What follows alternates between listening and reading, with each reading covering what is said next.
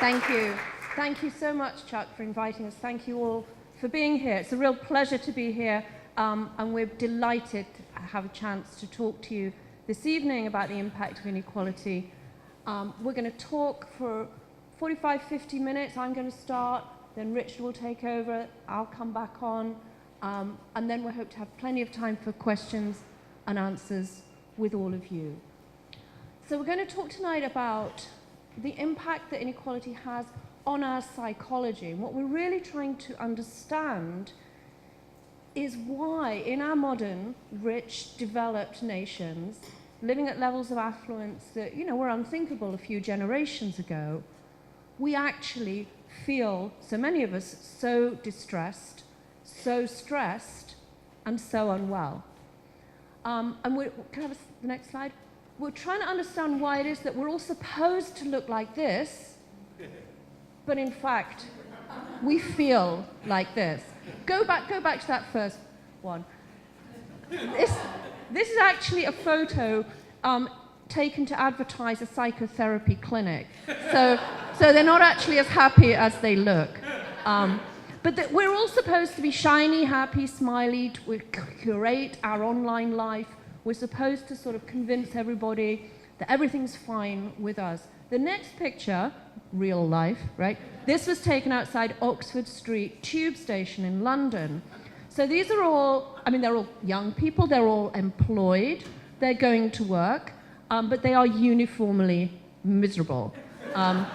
Some of them look angry, some of them look as if they're about to burst into tears, nobody's talking to one another, some are on their phones, but even that's not making them happy.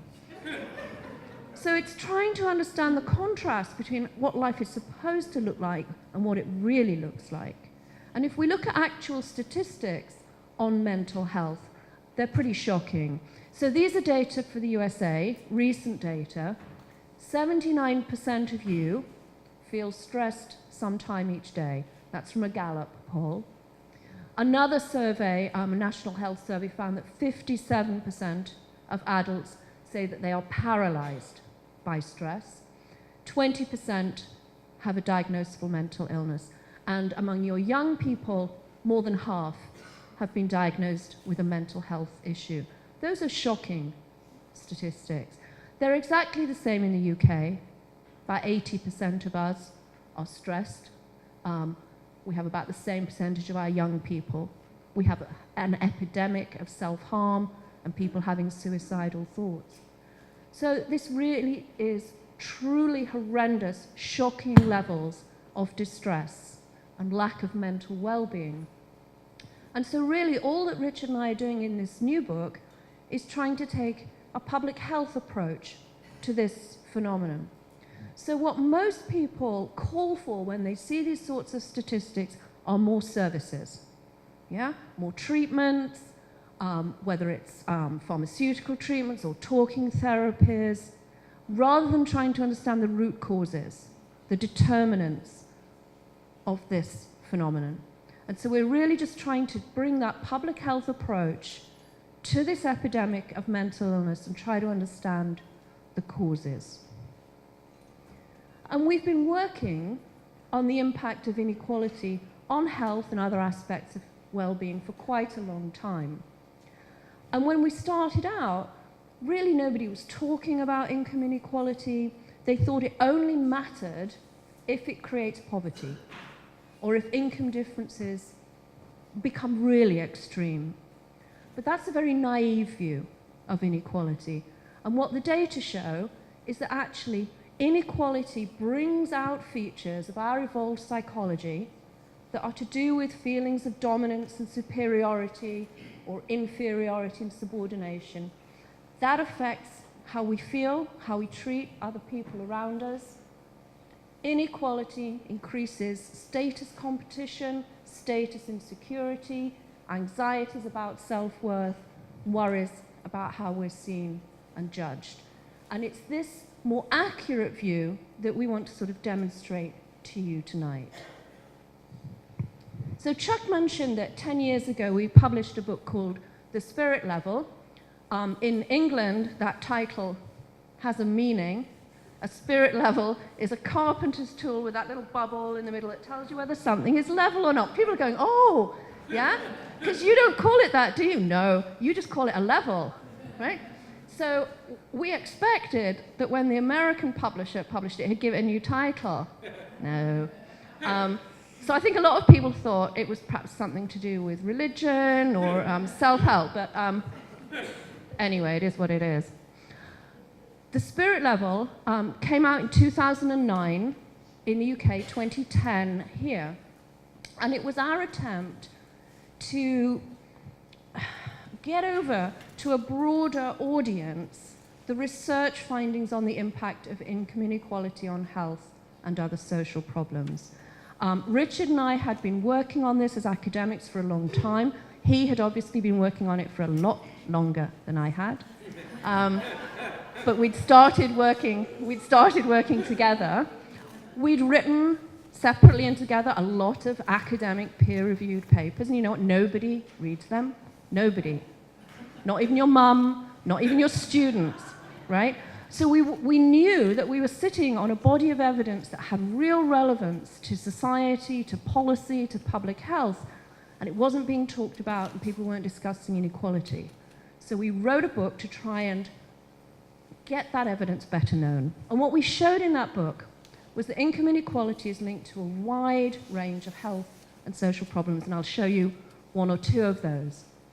Also that the effects are really large. The differences between more and less equal rich developed countries and more and less equal US states are huge. And that's because it isn't only the poor that are affected by inequality, we all are. So our colleagues at Harvard University School of Public Health, here in Boston, well, I suppose Cambridge really, but you know, to us it's all the same, but they say that inequality is like a pollutant. It's a social pollutant.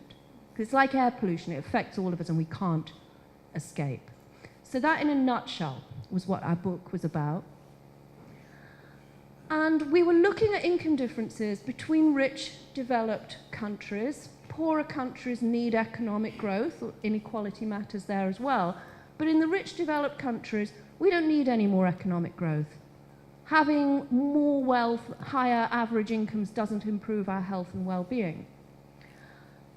The levels of inequality, the differences between those rich developed countries are here. And what we were looking at was the gap between the incomes of the top 20% and the bottom 20%. What's the ratio of the incomes at the top to the bottom? And in Japan and the Scandinavian countries, the top fifth of the population have incomes that are 3.5 to 4 times those in the bottom fifth. And at the more unequal ends, we've got UK, Portugal, USA. Sometimes we have data for Singapore, 7 to 10 times the incomes of the top fifth to the bottom fifth. So that's the scale of the inequalities that we're talking about. And what's remarkable is how consistently these differences in income inequality are significantly correlated with differences in health and social outcomes. We're epidemiologists, and our work is statistical. So it relies on making correlations between different kinds of data, presenting statistics, testing for significance. And mostly, people in public don't like statistics. They don't enjoy books with lots of equations in them or graphs. They're not thrilled to see lots of statistics on the page. But we found this image on Google, and it sums it up for us, really. This is our life's work, isn't it, Richard? This is it. And if you can understand this graph, you can understand everything we've ever produced. Because 40 years' work. 40 years' work. At least. When income inequality increases, so do problems. So let's show you a few of those. We created an index of health and social problems for rich developed countries. It contains things to do with people's health, life expectancy, mental illness levels, obesity, infant mortality rates. It contains things that are about children's life chances, maths and literacy score of teenagers, teenage births and social mobility, and it contains measures of social functioning, trust, homicides and imprisonment. We had good data on all of those things for all of these rich developed countries, put it all into one index, everything weighted the same, and plotted it against that measure of income inequality that I just showed you a moment ago. It is an extremely close relationship. If you know a country's level of income inequality, you can very easily predict how well it does on that index of health and social problems. So Japan and the Scandinavian countries, here at the more equal end, with low levels of health and social problems. UK, Portugal, sorry guys, USA, at the very top. I must say at this point that when we give this talk in Sweden, it goes down really well, okay? Makes them feel really good about themselves. You are going to be a tougher audience. Might be a little harder for you guys. Anyway, we knew that the work we do is political. We knew it would be controversial. We knew that people would think we'd pick those problems just to suit ourselves. So we did it all again with somebody else's index of well-being, the UNICEF Index of Child Wellbeing in Rich Countries, which contains 40 different components, everything from whether or not children get on with their peers, can talk to their parents, have had their immunizations, eat their fruits and vegetables, have books in the home, etc. That index has been produced several times over the years, first in 2007. This is the 2013 index. There's been a 2015 index. Go back one, please. Go back. And one this year as well. And again, you can see a very close relationship between low levels of income inequality and high levels of well-being. Sorry, you're at the bottom again. In 2007, we were worse than you on child well-being, but we caught up a bit in the meantime. And we've also shown that over time, changes in income inequality over a decade are related to changes in child well-being. This is just one of the pieces of evidence that helps us be convinced that what we're looking at is a causal relationship. When inequality changes, so does child well-being. And let's point out, Sweden here has the fastest growing income inequality in the OECD, and its child well-being has declined just as much as we would expect, given those changes in inequality. Couple more, here's imprisonment. We're looking here at prisoners per 100,000 people in the population. This one's on a log scale. For those of you who've forgotten your high school maths, that simply means that the distance on this side of the graph between 10 and 100 is the same as between 100 and 1,000. We've had to put it on a log scale to be able to fit the USA onto this chart, all right? Because you'd be curving up on the ceiling. So around 50 prisoners per 100,000 in the more equal countries, and I think you were at 680 something. Next. And here's bullying among school children. This is from a Canadian colleague and his co-workers, looking at a different set of countries to the ones we usually look at, but again showing that same relationship. So bullying increases as inequality increases. And the next one. And this is social mobility. So social mobility, you know, children's possibilities of transcending their social class of origin, moving up the social ladder. Here's the United States in purple. These data come from CORAC and the World Bank. And if you want to live the American dream and find the land of opportunity, it's Denmark, right? So much higher levels of social mobility in the more equal countries. So this is our new book, The Inner Level. It's taken us 10 years to write it. And it's been a bit of a slog in comparison to writing The Spirit Level, in part because what we were trying to do with this one was really dig beneath the statistics that I've just shown you, really try and understand the pathways, how it is that income inequality causes this wide range of social problems, why it has such profound effects on all of us, how it does the damage.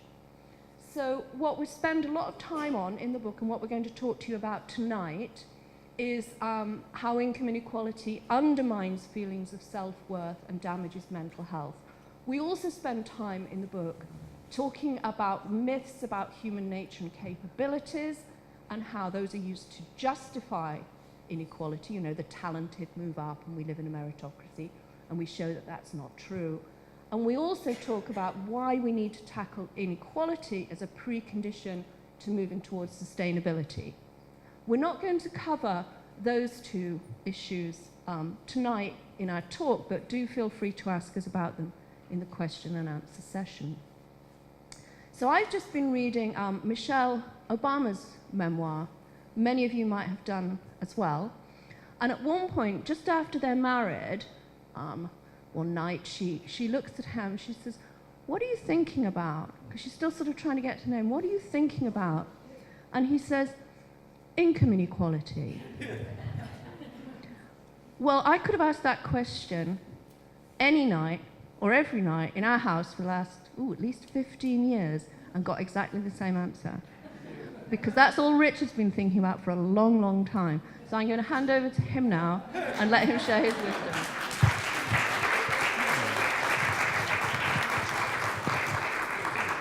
I don't think that's quite fair. I do think about other things, but I'd quite like to give up thinking about all this stuff. Kate, thank you. What all the things Kate's been showing you have in common is that they are all problems with social gradients. You know, although there's violence and ill health and so on at the top of the society, they're all more common at the bottom. It is those problems that get worse with big income differences. The only surprise is, as Kate said, they get worse amongst the whole population. The biggest effects are on the poor, but even well-off middle-class people would do better if they lived on the same incomes with the same jobs in a more equal society. They'd live a bit longer, their kids might do a bit better at school, they'd be less likely to become victims of violence and so on. And in a sense, all we're saying is something extraordinarily simple. The problems we know are responsive to social position in our society get worse when we increase the differences in social position. And it's bizarre that it took writing a book just a few years ago that we didn't always know that.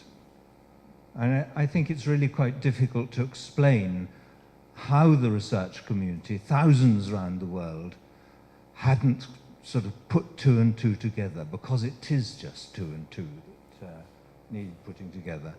No, I want that one still. Yeah.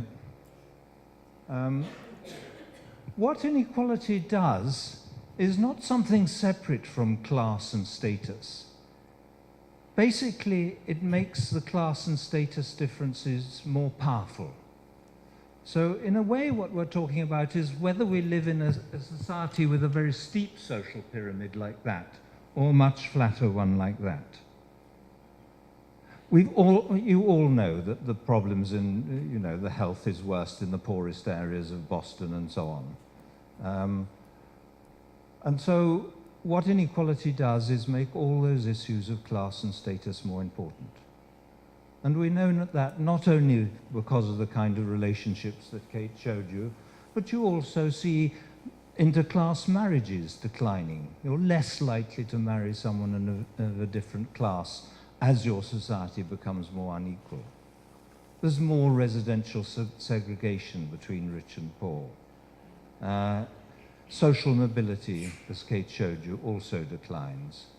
So, the way in which status and class determines our lives, divides us, and so on, all that gets worse. And it's because all the cultural markers of class and status are based on the foundations of material differences between us. I remember when the Prime Minister in Britain after Thatcher stood on the steps of number 10 Downing Street after winning election, saying he was going to make Britain a classless society. And of course, you know, they made things marginally worse, not better. Whereas the Prime Minister of Sweden in the 1930s said something similar, but he recognized that inequality, these class differences, had material foundations. And so he worked through, he talked about making Sweden the people's home. So I want you to understand that this is not a relationship between us as people and our material possessions. Our material possessions are important in the way they mediate our relationships with each other. I use my material possessions to show myself off to you. And one of the really remarkable things, showing that what we're really talking about is a relationship between people of superiority and inferiority, that our sensitivity is to do with social position, comes from a study which interviewed people in poverty in, I think, 7 different countries. In Uganda, in India, in China, Pakistan, Korea, United Kingdom, and Norway. So some pretty rich countries and some pretty poor countries. Poverty means totally different things in those different societies. You know, this is poverty in Norway, that's poverty in India. And yet the experience of poverty when they interviewed these people was extraordinarily similar. I'll just read a few lines of their conclusions. Respondents universally despised poverty and frequently despised themselves for being poor. Parents were often despised by their children, women despised their menfolk, and some men were reported to take out their self-loathing on their partners and children. Despite respondents generally believing that they had done their best against all odds, they mostly considered that they had both failed themselves by being poor and that others saw them as failures. This internalization of shame was further externally reinforced in the family, the workplace, and then in their dealings with officials. Even children couldn't escape this shaming, for with the possible exception of Pakistan, school was an engine of social grading, a place of humiliation for those without the possessions that guaranteed social acceptance. So I think it's really important to recognize that our sensitivity is to do with social position, whether we're looked up to and admired or looked down on and disrespected and regarded as of no worth. But this isn't just about poverty. You know, it's always about self-worth.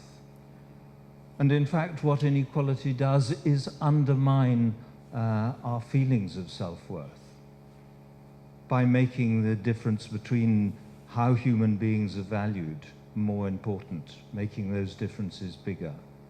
And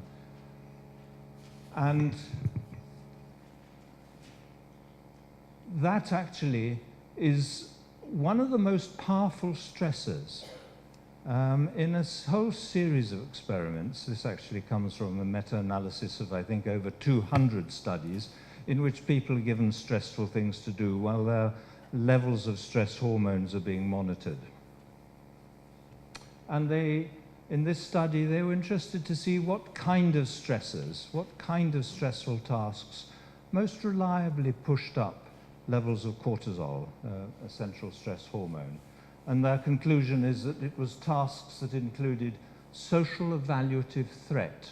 They say threats to self-esteem or social status where others can negatively judge your performance. We're worried all the time about how we're seen and judged.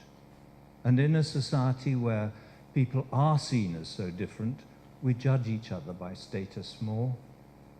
But going with that is we feel more judged by status. All those awkwardnesses about whether people think you're clever or stupid, attractive, unattractive, a nice, kind person or not, you know, all those kind of things become more powerful. And actually, we're going to show how this relates to mental illness.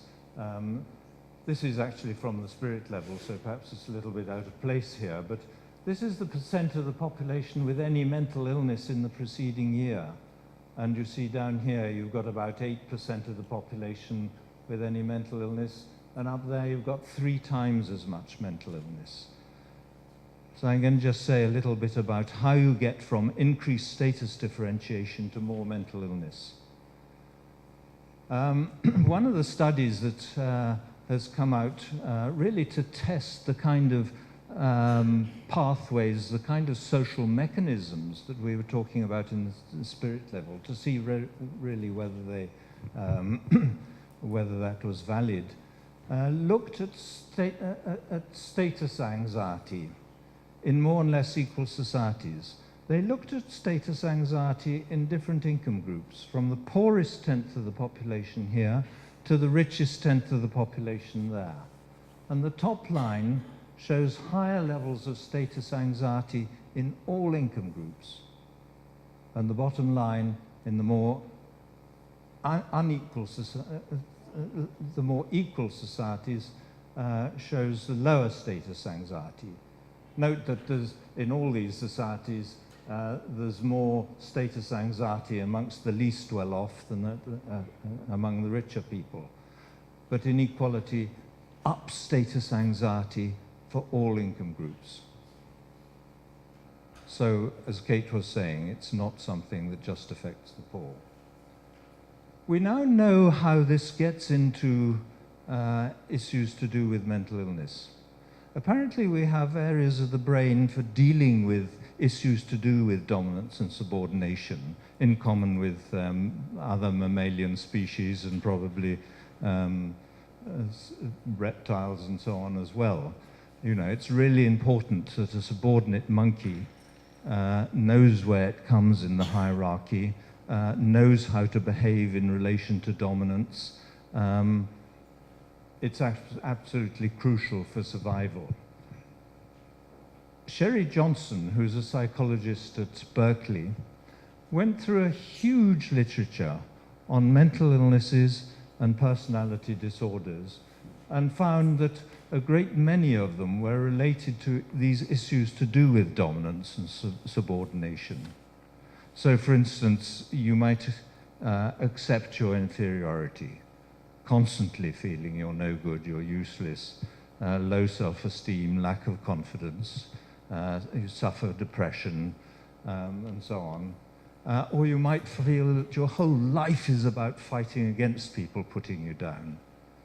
You know, everyone is trying to disrespect you and so on. People who experience their lives like that.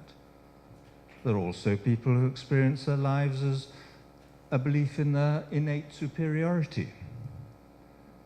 People at the top who start to think they're almost a different race, as super beings. And then others who endlessly trying to move up or whatever, the struggle. And so we find that there are 2 opposite responses to this increased worry about how you're seen and judged. Either you go under with low self-esteem, lack of confidence and so on, these kind of feelings, particularly amongst young people, or you do the opposite. You become narcissistic. You start to, instead of being modest about your achievements and abilities, you start to flaunt them. You find ways of bringing them into conversation. You mentioned some funny little incidents that happened last year, and actually it was when I was going up to get my prize for such and such. That's the subtext of the little joke you're telling. Or it was to do with a time when you were a student, which actually allows you to say that you were at a very good university. Endless little things like that you find in some dinner party conversations. Seem to me almost everything that's said has that kind of subtext, that hidden agenda. Next one, Kate. So what we see is evidence in more and less equal societies, that these different outcomes show up in more mental illness of those kinds. So this is more depression in more unequal American states. There are about 3 studies, including international studies, that show depression increases with more inequality. We also find this kind of self-enhancement, narcissism increasing. This is a study, international study by a team of psychologists who asked people in these different countries, how do you think you compare to the average in your country on different dimensions? You probably know the joke that I think it's something like 96% of Americans think they're better drivers than average. Kate is always reminding me that in Sweden it's about 60% who think they're better drivers. It's still too many, but it's, you know, the tendency to rate yourself more highly is the same. And in these countries, people asked, do you think you're more intelligent than most Americans? Do you think you're more generous? Do you think you're more attractive? Do you think, you know, you're asked about these things. How you rate yourself in relation to what you think is the national average. And what you're seeing here is people go in for this self-enhancement, this self-aggrandizement, this self-advertisement, instead of being modest about their achievements and abilities. You can also see a little bit of data showing changes in narcissism over time. This is 1975 to 2005, and it looks as if it roughly follows what's been happening to income inequality. We also see schizophrenia from someone else's study, showing higher rates in more unequal societies. We've also done some work on psychotic symptoms, more common in more unequal societies. So we're beginning to see how you get from the increased importance of status and the way we judge each other like that, the way that undermines our feelings of self-worth and feeds through the dominance behavioral system into a range of increased forms of mental illness. One of the other ways in which, of course, we go in for the kind of self-advertisement is through consumerism. And there are now studies showing that if you live in a more unequal area, you're more likely to spend your money on a flashy car. If you live in more unequal countries or US states, you're more likely to spend time searching for clothing with the right labels, status consumption. You know, we see these things coming out in all sorts of different but very easily understandable ways. And I have the next. And how important the effect of inequality is on those forms of status consumption is shown by the way as inequality rises, so debt rose. People borrowing in order to keep up with other people in society, to maintain your self-image and so on. And I think rather than regarding consumerism as a sort of an expression of our innate possessiveness or something like that, it's actually a very alienated way of communicating our self-worth to each other. It's intensely social, not antisocial as people often regard it. I just want to make a few remarks about what I think is in a way one of the most fundamental effects of inequality and one of the most damaging effects. I want to show you how inequality damages the social relationships between us. And that is extraordinarily important because the studies of happiness and health show that the quality of social relationships is absolutely crucial. The number of friends you have, the quality of your relationships, whether you're involved in community life, extraordinarily protective of health in a follow-up period. Whether you have friends or not is at least as important as whether you smoke to survival in a follow-up period. That comes out of a meta-analysis of 150 studies of friendship and health. Or the studies of happiness, which show again, social relationships are absolutely key. So I want to just point out what inequality does to social relationships. This shows that involvement in community life, civic participation, membership of community groups, voluntary associations declines with more inequality. Quite big differences. There are also quite a number of studies which show that people trust each other less in more unequal societies. Again, big differences from about 15 or 20% on the more unequal end, people feeling they can trust others, rising to 60 or 65%, people feeling they can trust each other in the more equal countries. And so if you've got to walk home alone at night, it makes a real difference which kind of society you're in. There are also studies that show that people are more helpful to each other in more equal studies. One of Kate's students just recently showed that people feel that talking to people with mental health problems is much more difficult in more unequal societies. You know, those kind of processes of stigmatization and the othering of people also increases. But you also see very well established rises in violence as measured by homicide rates. Enormous differences in homicide rates, closely related to inequality. But if you then go to even more unequal societies than the ones we've been looking at here, places like Mexico or South Africa, where we've given lectures in the last few years, you find people there are frightened of each other. And I think there's signs in the United States that that's happening too. Absolutely standard, street after street in Mexico, bars on the windows and doors, fences around their yards, razor wire around the top. Exactly the same in South Africa, where there's very high inequality for quite different reasons. And there in South Africa, we have a picture actually of a fence, and it said armed response. If you're caught climbing in, you might get shot.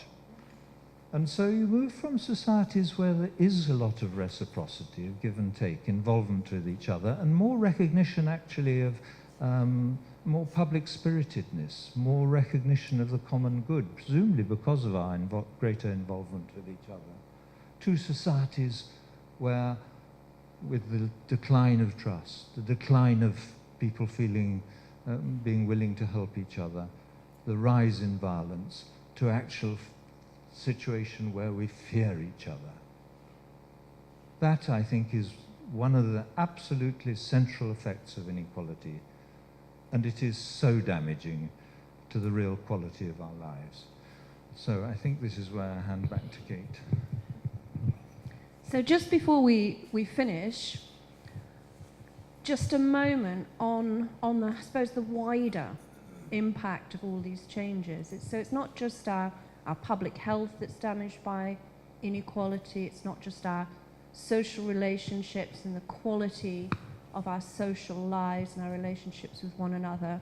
Economists are now showing how damaging inequality is to economic stability and the ability to deal with poverty. But there's a further impact too, and that's on our democracy.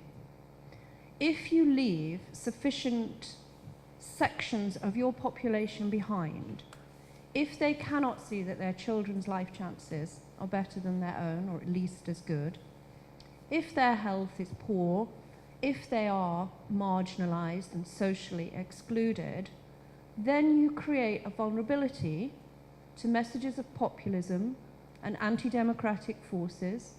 You create levels of anger with the political elites and the political processes that will be expressed some way.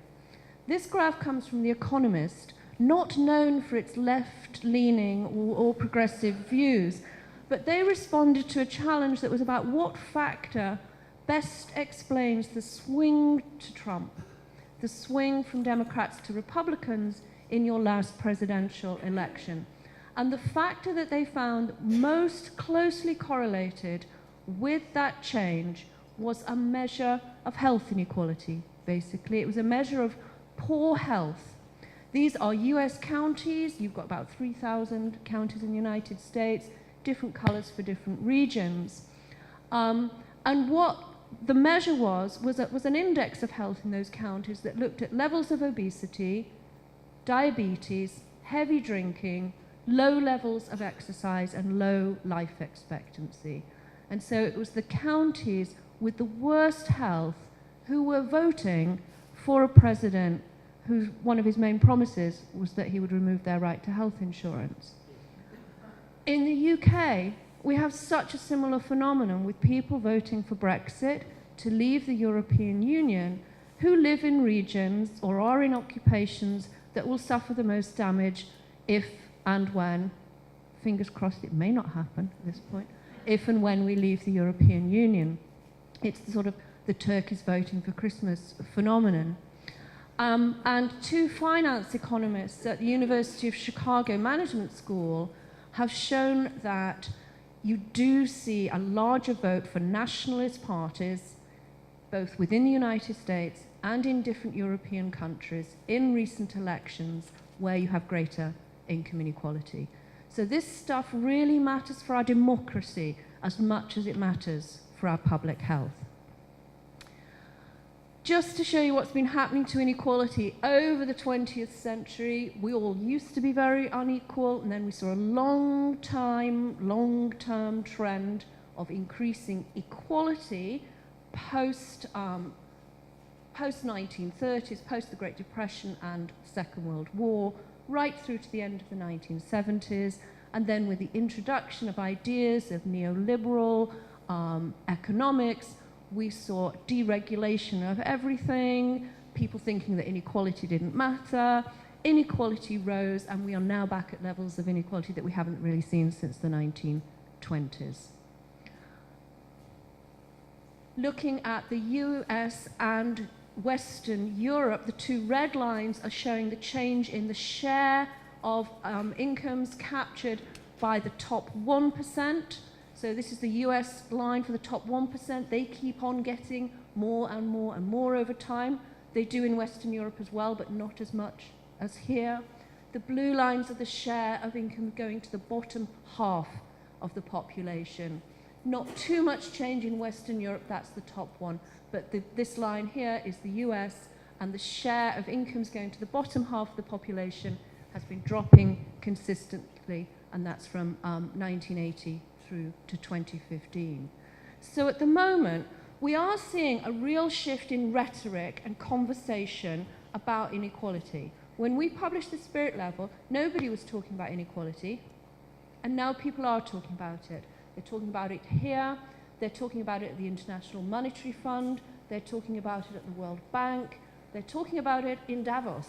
Oxfam sort of makes them talk about it every year.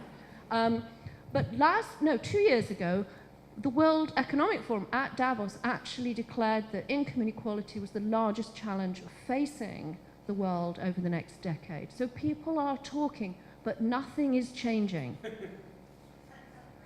We've got to have the change in rhetoric first, right? But now it's time for some action. So what can we do? And we can talk about this a lot more in conversation. There's basically two kinds of strategy. You can either do it through taxes and benefits, redistribute, stop tax avoidance, end tax havens, make taxes progressive again. The trouble with that is that you can have a fantastic, wonderful, progressive tax system, get a change of government, and it can all be taken away very, very easily. We've been writing a lot more recently about trying to reduce income differences before tax, and that means getting greater economic democracy more deeply embedded in our workplaces and in our institutions. to get smaller income differences before tax, we need stronger trade unions, we need to increase company democracy, things like employee on the company boards, particularly those that set pay, employee ownership, cooperatives. We need to shift business from being about maximizing profit for the top 1% for shareholders and much more about creating a community where when we create value and worth, it is shared more equitably. So we have been thinking about this much more as a way of getting greater equality more deeply embedded into our cultures. However, I must say, we wrote a blog today. We were asked to write a blog on what one policy would we introduce to get rid of austerity in the UK. And although we think this is the way you get that resilient culture of greater equality better embedded into our lives, for our number one policy to end austerity, we said you've got to increase taxes now. Because all of our rich, developed countries are suffering now from the impact of economic policies, social policies, decision-making that is making people's suffering worse. So we need both of these things. The nice thing is it doesn't matter which you choose. As long as you get your society a bit more equal, you will see the health and social and democratic benefits of that shift. So everything you can do nationally, regionally, locally that gets income differences reduced will pay off in terms of quality of life for all of us. So let's start a conversation now about how we might do that. Thanks. Oh,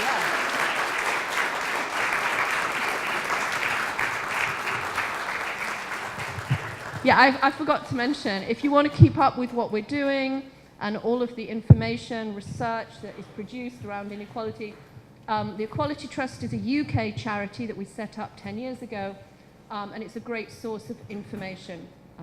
So do visit us there. You'd be very welcome. Thank you, Kate and Richard. And let's have some discussion.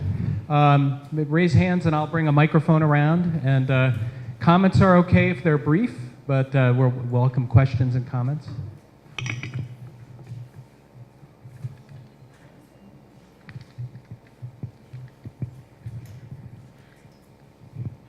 I have a question and a comment. On your prescriptions, in the United States, we don't have a safety net. It's been pretty much destroyed, whereas a lot of those other countries you have up there have a huge safety net. So role of safety net in terms, like medical bankruptcy is a huge issue in this country. Lack of access to healthcare. Mississippi you had up there is one of the worst states.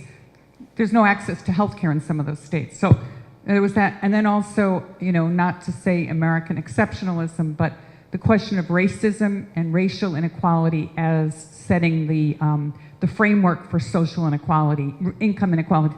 It's not just about income inequality.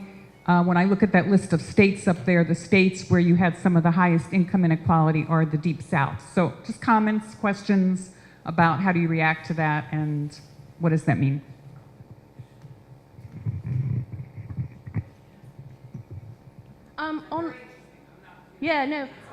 On welfare regimes, I mean, they're clearly part of this and they're important. However, they're not the only thing. So if you look at the two largest countries in the data set we look at, they are the USA and Japan. They are at opposite ends of the income inequality distribution, but they're quite similar in the fact that they don't have strong welfare systems. So Japan looks far less like Sweden than it does the USA when it comes to welfare regimes. So we think it is the inequality that is doing the damage here, and not simply differences in public spending, welfare provision, social security, spending on health, etc. However, there are undoubtedly virtuous circles of creating greater equality, people feeling more invested in voting for higher taxation that will support social security. And I think you can create those virtuous cycles, and you can create vicious cycles where people feel fragmented and less likely to vote for measures that will support other people. On the issue you mentioned of race, I'd just like to show you one more slide, if I can. Yes, this one. This is homicides per million people. The red dots are American states, the blue triangles are Canadian provinces, and huge differences in homicides between the more and the less equal states and provinces. So here you'd have 15 homicides per million, and up there you've got 150. People, when they first saw this, said, it's not inequality that's driving this, it's the ethnic mix. And so the two people who'd produced this, Daly and Wilson, who spent most of their careers working on the environmental determinants of homicides, they looked at homicides committed just by white people, and they then measured inequality just amongst white people. And the picture, that the relationship is almost unchanged. So what we've been talking about as effects of inequality aren't simply a matter of some other thing like racial differences. I don't think race is a different issue from what we're talking about. Any marker of low social status, whether it's skin color or linguistic group or religious affiliation in some societies, that becomes a marker for low social status, starts to attract the same kind of stigmatization as inequality does. Lower ideas of the value of people, lower self-worth, all that kind of thing. So I think it's very much part of the picture we're talking about, not just issues to do with race, but also gender and sexuality and so on. Great, just I get to see the hands of people who have questions or comments they want to make. Okay, maybe we'll go across the room here. I see the four of you. I live in Wellesley, Massachusetts, which is a very rich town. I'm not rich, but the principal of the high school sent out a thing from Psychology Today a few years back. It was the problem with rich kids, and it was talking about how a lot of the problems that you would think would be attributed to poor inner city kids are actually manifesting in the wealthy kids. And I was wondering if, you talked about how it affects everybody, not just the poor. Have you encountered this kind of thing in your work? Yeah, I mean, we are all affected by inequality. What research, I think, shows pretty consistently is that the poor are affected the most. And I suppose the surprise is that people who are just a little bit less rich than the richest people at the top are also affected by inequality. For our young people, though, I think, the statistics show an even larger, greater epidemic of mental ill health, self-harm, lack of self-esteem, those sorts of worries than we see in the adult population. And they don't seem to be dissipating as they get a bit older. So it's not just that it's a problem of young people that goes away as they get older. This generation of young people seems to have more difficulties. And I think that is hugely exacerbated by social media and their exposure to the views of, we've been talking about seeing ourselves through each other's eyes and worrying about how we're judged. And that's among the people we meet and encounter. If you're on social media, you're being judged by millions of people you've never even met, potentially. And so that sense of exposure to the judgment of others, I think, is really heightened. And that need to curate your existence and self-present as perfect is much, much stronger. So I'm not at all surprised that, that polluting impact of inequality through sensitivity, how it was seen by others, is being sort of amplified. by social media, and that's affecting our young people particularly, although none of us are immune. However, when we're asked about the role of social media, I think we also emphasize that we do think in a more equal society, social media might be used rather differently.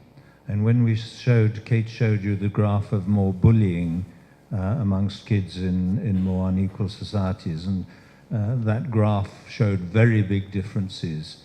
I think 10 or 12 to 1, so 12 times as much bullying in the more unequal societies. And that, of course, is reflected in the way kids use social media.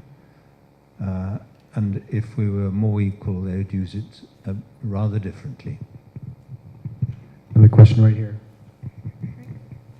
I was curious to follow up on your point about social mobility, and it's a term that I'm hearing my colleagues and peers talk about more.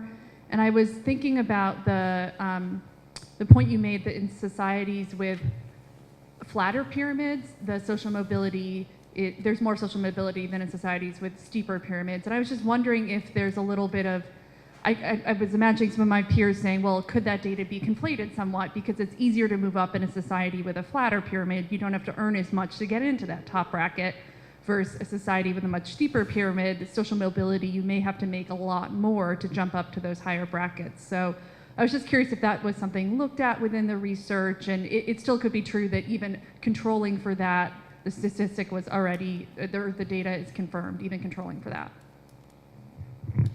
I think these studies of income inequality and social mobility, they've been repeated a number of times on different data sets. What it is showing is the correlation between fathers' and sons' incomes. It's intergenerational mobility.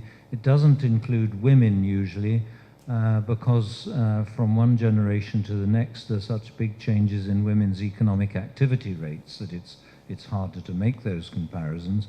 And what it's doing is it's calculating how important a determinant of your income is your father's income.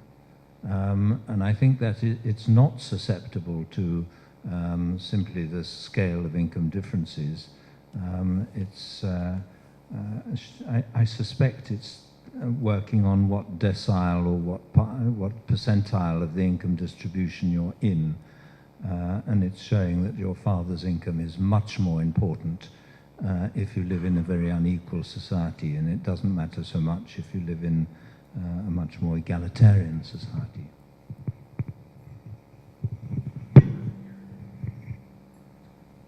Hi, my name is Robin. My question is, with the rise of automation and artificial intelligence, how do you think that's going to impact the lower economic realm in terms of jobs?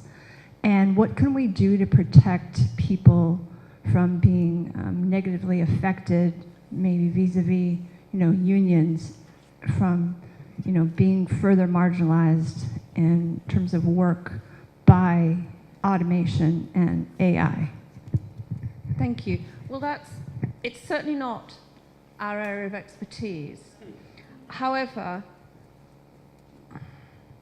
as I'm sure you'll all be aware, it does look as if we are going to see major job losses due to increased automation of some tasks, and that impact is likely to be felt most strongly amongst the poorest and those with the most precarious employment and that sort of thing. So there is likely to be a disproportionate impact. I think what our research can offer to that argument, and you chip in if you think I'm barking up a completely wrong tree, is that what we're showing here is the importance of social relationships to quality of life, and that the key to our happiness and well-being is not material possessions, but the quality of relationships among us. And that, I think, has a kernel of sort of hopeful optimism within it, is that if we can find mechanisms which free people from the need to pursue economic growth, to pursue ever higher incomes, perhaps including universal basic income, perhaps involving reduced work weeks, so that the need for there to be less employees, less labor and less employment is more fairly shared and everybody is adequately supported, then that change in our work environment need not necessarily lead to terrible outcomes, but we'd better move fast if we want to prevent that from happening. And we are going to need strong collective action on that. And that would include unions as well. What? I said universal basic income.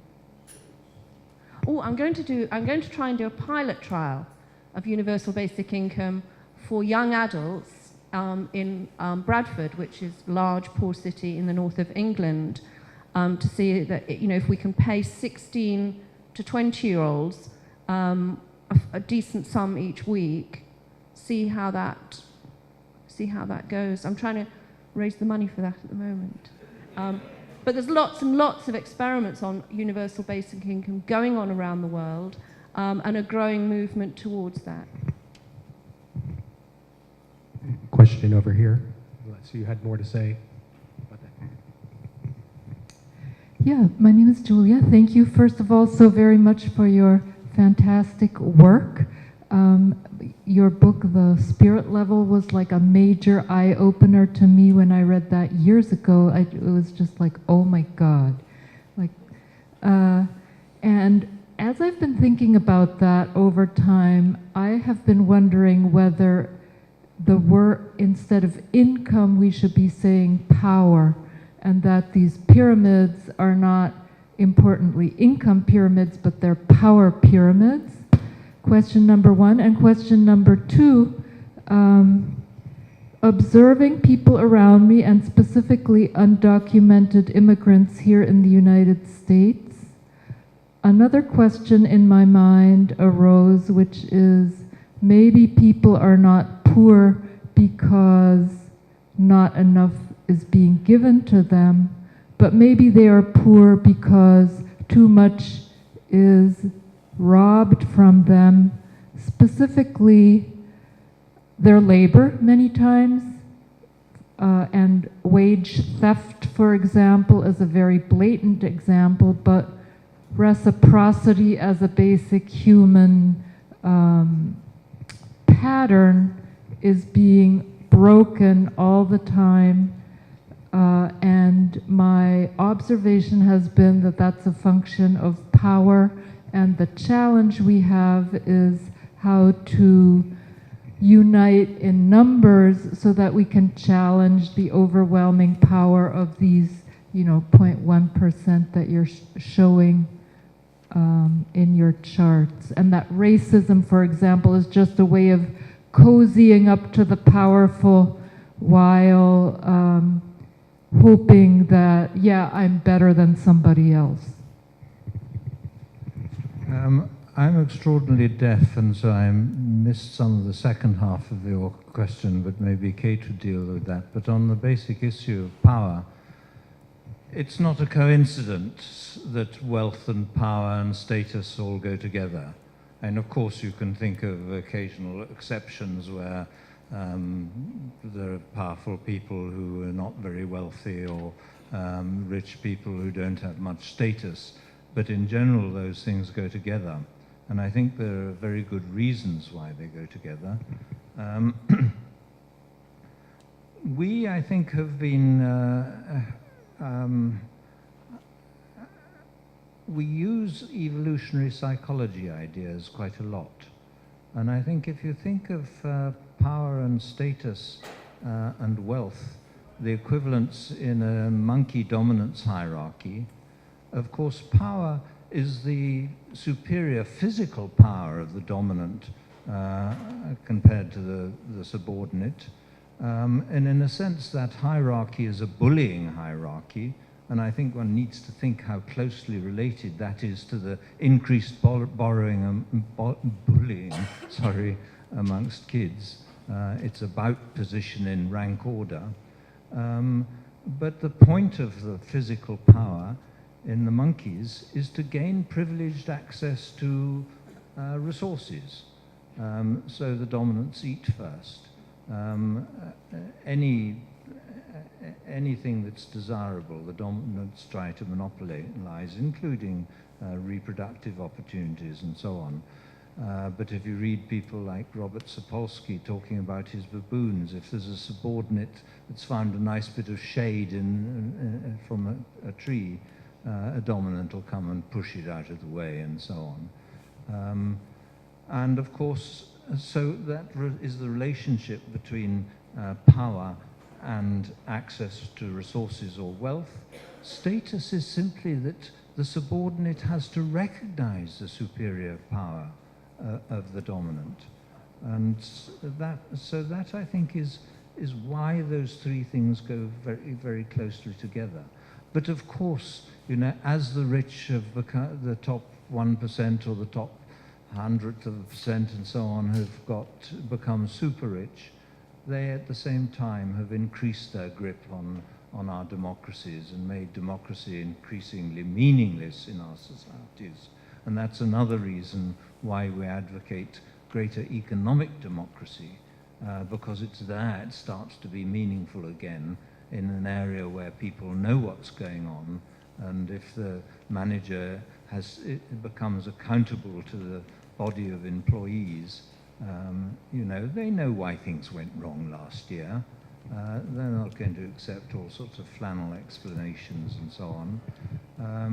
And it's at work, you know, we've lost community in residential areas, but it's at work where we have most contact with each other. And yet at the moment it is where we are most divided by status, by line management and so on. And one of the people writing about employee-owned companies says an employee buyout turns a company from being a piece of property, shareholders' property, into a community.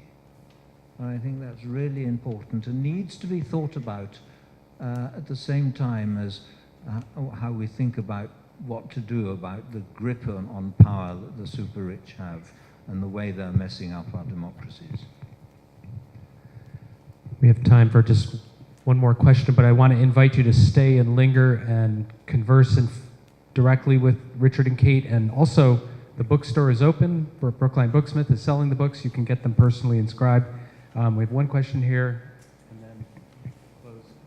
He's had his hand up the whole time. I know, and he's okay.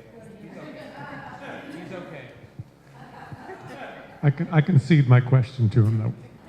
Cede your question to Kanan, okay, all right. How's that for a generous? Thank you.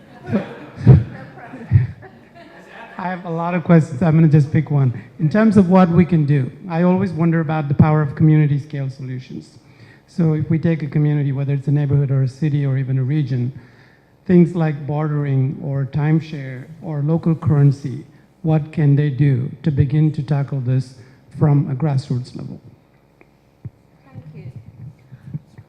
I think, you know, I used to think that the only possible solutions were really going to come at national level, because that's where, you know, you've got the most traction, the most leverage to really affect income inequality.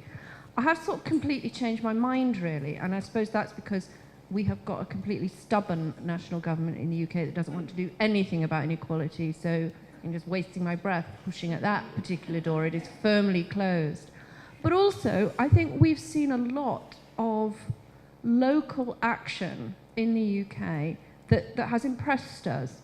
So a number of cities have had fairness commissions, you know, set up to look to see how they can reduce inequalities locally. Richard sat on two of those, I've sat on one, and we've spoken to many. We've seen things like local authorities becoming a living wage employer and then refusing to procure or contract with companies in the locality unless they become living wage employers as well, and so spreading good practice that way. Everybody in the UK talks about the Preston model. Preston is a city in the northeast, but they actually stole their model from somewhere in Massachusetts, I believe.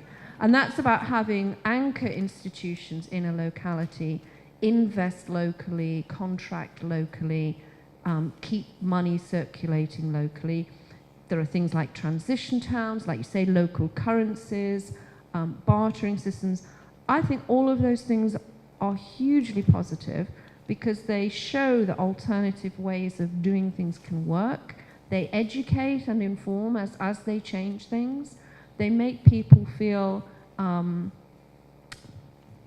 they have efficacy and that they can make change, and so they're empowering as well. And then, as well as sort of local change and the national change that we all hope for and try and vote for and we will be activists and campaign for, we need that international level change as well. You know, we need the United Nations Sustainability Goals. We need to work towards Goal 10, which is reducing inequality. Yeah, we need international action to deal with things like tax havens. So we need it at all those multiple levels. And we need lots and lots of different solutions.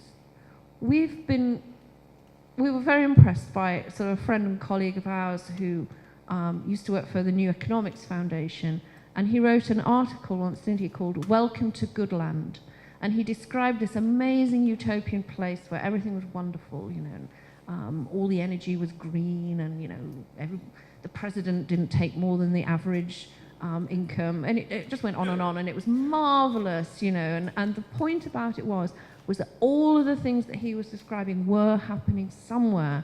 They just weren't all happening in the same place at the same time. But any time we take some action, whether it's locally, in our neighborhoods or in our cities or in our workplaces, we're creating little sparks of hope, I think, and we're demonstrating to other people that change is possible.